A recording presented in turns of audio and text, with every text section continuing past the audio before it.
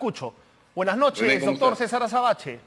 Muy buenas noches, a tus órdenes. ¿Qué le parece el momento en el cual este pedido, antes de entrar a lo técnico, jurídico, el momento en el cual se hace este pedido por parte del fiscal Bueno, José Domingo Pérez? si entramos por las cuestiones de oportunidad, hay dos cosas que decir, ¿no? La primera es que creo que llevamos todos bastante tiempo reclamando que el caso de Fuerza Popular se defina en términos de una acusación. Ya hay una acusación presentada sobre el caso original de la señora Heredia y del señor Humala. Hay una acusación por el caso del Metro de Lima. Creo que este caso requiere un anuncio de los términos en los que se hizo. En segundo lugar, no soy el primero que lo comenta, no es una buena señal que en un caso que cruza reglas de derecho penal y reglas constitucionales sobre participación política se haga este anuncio en esta semana, pronto, cerca de un proceso electoral por iniciarse y cuando se ha también dicho que la señora Fujimori sería candidata por la organización cuya suspensión se está pidiendo. Estas son, por cierto, cuestiones de oportunidad, pero creo que generan interferencias que también hay que tener en cuenta, como has dicho, antes de entrar en el debate específicamente técnico que se abre con esta solicitud. Pero entonces hay un dilema, ¿no? Digamos, entre la celeridad exigida a todo proceso y la oportunidad. O sea, ¿cómo salimos de ese Eh, dilema? Siempre hay un dilema, ¿no? Y la única manera de equilibrarlo consiste en lograr que un procedimiento dure lo suficiente para que sea seguro, pero no tanto para que se retrase. En cualquier caso, aunque no haya medidas claras, no es usual que una investigación previa a juicio llegue a tomar 3 o 4 años, y son los estándares a los que nos estamos acostumbrando en el Perú. Eso es malo por una serie de razones. La principal es que el sistema institucional no tiene resistencia suficiente para tolerar toda la tensión que se acumula a lo largo de estos procesos. La segunda razón por la que esto debe evitarse es porque las decisiones judiciales sobre casos emblemáticos como estos tienen que tener un impacto sobre la conformación de las reglas con las que vive una comunidad, y ese impacto se pierde cuando se alejan demasiado del punto de inicio. Para mayor ejemplo, recordemos lo que ocurrió en el caso Petroaudios, ¿no? Una investigación que parecía estar clara en el origen, que se dilató tanto, que se diluyó en argumentos finales de prescripción y cosas semejantes. El tiempo es entonces una cosa muy importante en los casos emblemáticos y no hay que perderlo de vista. Estos casos deben llegar a juicio y mi impresión en general es que no agrega en términos institucionales que tengamos tantas audiencias intermedias sobre tantas cosas cuando lo que habría que empezar a discutir son las reglas de fondo sobre responsabilidades criminales. Y ahí entra como una cuña el calendario electoral, que no tendría por qué influenciar en el sustento jurídico del cual vamos a hablar después de que conteste esta pregunta. Y que sin embargo termina entrando porque los derechos de participación política son también derechos relevantes y tienen un impacto decisivo sobre la comprensión de ese tipo de procesos. De otro lado, junto a la cuestión estrictamente legal, hay que decir que este tipo de sobreposiciones entre lo penal y lo político también le ofrecen a los interesados en estas causas una cierta oportunidad para estructurar narrativas defensivas que en otras condiciones no tendrían, ¿verdad? Entonces, en este momento, con el mayor respeto para todos, la señora Fujimori, en vez de contestar a una acusación por acumular fortunas personales e insertar parte de ellas en un proceso político, adquiere el derecho a decir que su organización política está intentando ser limitada en sus derechos Persecución de participación política. política. O sea, persecución Entonces, ¿para política. qué, no? Claro. Vamos a ¿Cuánto ver. gana el sistema esa sobreposición, no? Exacto, y ahí también se puede entrar a tallar el derecho a los ciudadanos a decidir, como lo dice ella misma en un tuit, que no sé si la producción lo puede poner en pantalla para poder leerlo. Dice que un fiscal pretende inhabilitar a Fuerza Popular con un proceso electoral en marcha es un acto inédito y antidemocrático. Es fundamental que las elecciones se lleven con normalidad, sin exclusiones arbitrarias ni pedidos desproporcionados contra los partidos políticos. Nadie puede impedir que la población, apela ahí a la población, ejerza su derecho a elegir y decidir quiénes deben guiar los destinos de nuestro país. Ahí apela a la población, muy al margen de que ella haya dicho en algún momento que ninguna persona de apellido Fujimori iba a postular el 2021, ¿no?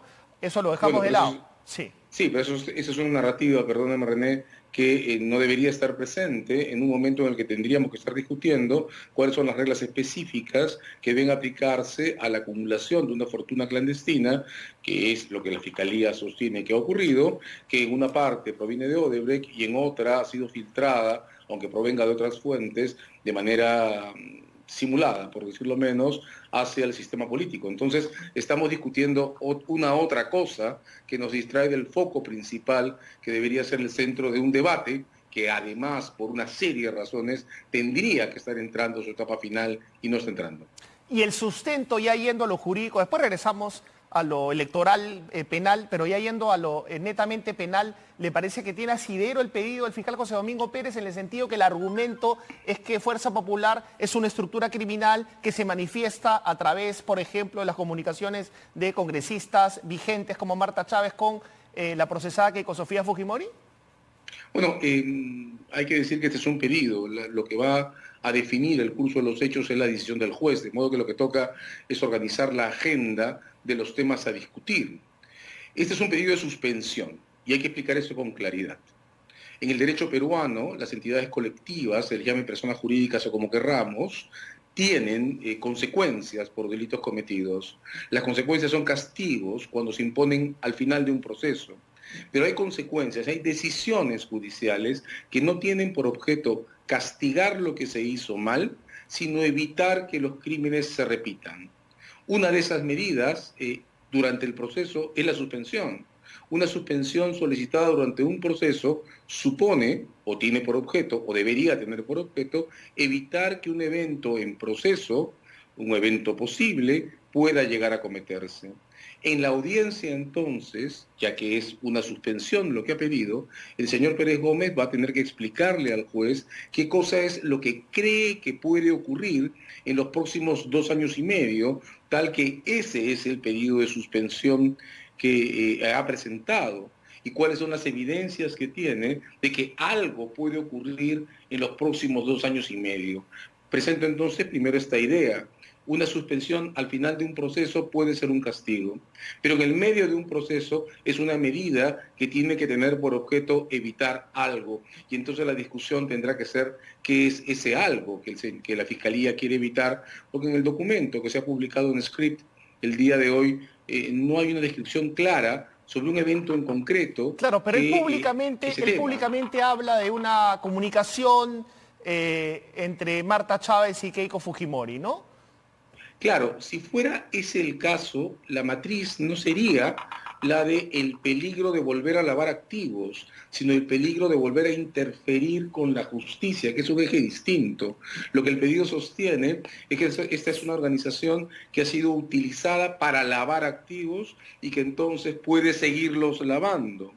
Las comunicaciones políticas, en cualquier caso, fueron parte de una narrativa de la Fiscalía sobre interferencias institucionales que, nos guste o no, fueron descartadas finalmente por el Tribunal Constitucional en el último debate sobre la prisión preventiva de Keiko Fujimori. Y el voto del magistrado Ramos, repito, más allá de preferencias sobre lo que contiene, lo que sostuvo fue que luego del cierre del Congreso, el esquema de interferencias Ajá. sobre el sistema legal había colapsado. Pero Ahora hay que no se agregar a eso. resucita, no se resucita con esta comunicación. Si mal no lo entiendo, lo que usted quiere decir es que esto no tiene nada que ver con lavado de activos, por lo tanto, más bien tendría que ver con la prisión preventiva personalísima de Keiko Fujimori.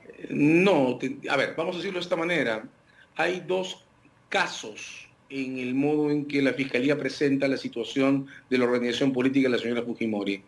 El capítulo de las interferencias institucionales, que como digo, y voy a repetirlo, nos guste o no, fue descartado por el Tribunal Constitucional en la medida en que el Congreso anterior había cerrado. A ese descarte hay que agregarle ahora que el señor Chávarri, que era un factor presente en esa historia, está ahora suspendido. En el otro extremo está la cuestión sobre el uso de la organización para filtrar fondos clandestinos. El pedido de suspensión que ha presentado el señor Pérez Gómez no se refiere a las interferencias políticas, sino que se refiere al riesgo de uso de fondos clandestinos. Es ahí donde lo que nos falta en la historia supongo que se presentará en la audiencia, es cuál es el evento que hace pensar ahora al señor fiscal que es necesario suspender la organización por 2 años y medio para que no siga filtrando fondos clandestinos en la política, agregando 2 factores, y es que entre el último proceso, el del 2011, y el siguiente proceso, el del 2021, median las leyes que castigan como delito la financiación ilegal de partidos políticos y que por tanto abren todo un set de medidas distintas para intervenir en riesgos de financiamiento. Digo con esto entonces que en la audiencia se nos explicará sin duda alguna por qué se necesita la suspensión en una audiencia de esta organización política y no se usa lo que sea que tenga la Fiscalía para poder medir el riesgo de una nueva filtración de fondos clandestinos para, por ejemplo, interceptar teléfonos, vigilar electrónicamente a los personajes y arrestarlos en flagrancia. Repito, una cosa es discutir castigos y otra cosa es discutir pedidos preventivos o de suspensión para evitar que algo pase. Una cosa es discutir interferencias políticas y otra cosa es discutir procesos en marcha con riesgos sobre lavado de activos. Hay entonces mucho que revelar todavía y que revisar sobre los términos en los que se producirá este debate. Pero hay que dejar eso en claro. La Fiscalía no está pidiendo un castigo por lo que se hizo en el pasado. Está pidiendo una suspensión para que entonces se impida algo que nos tendrá que explicar qué cosa puede ser. ¿Usted no Y ve esto nuevos no elementos, digamos, a ojo de buen cubero? ¿No ve elementos nuevos? Bueno, yo espero la audiencia. Ya en ocasiones anteriores la Fiscalía nos ha mostrado que tiene capacidad de presentar en la audiencia casos mucho más estructurados y más completos que los que presentan los pedidos por escrito, ¿no? Y tiene derecho la Fiscalía a desarrollar las cosas de esa manera. Pero el eje que nos debe permitir leer las cosas es, en resumen, este. Esto no es un caso sobre interferencias políticas, sino sobre riesgos de lavado.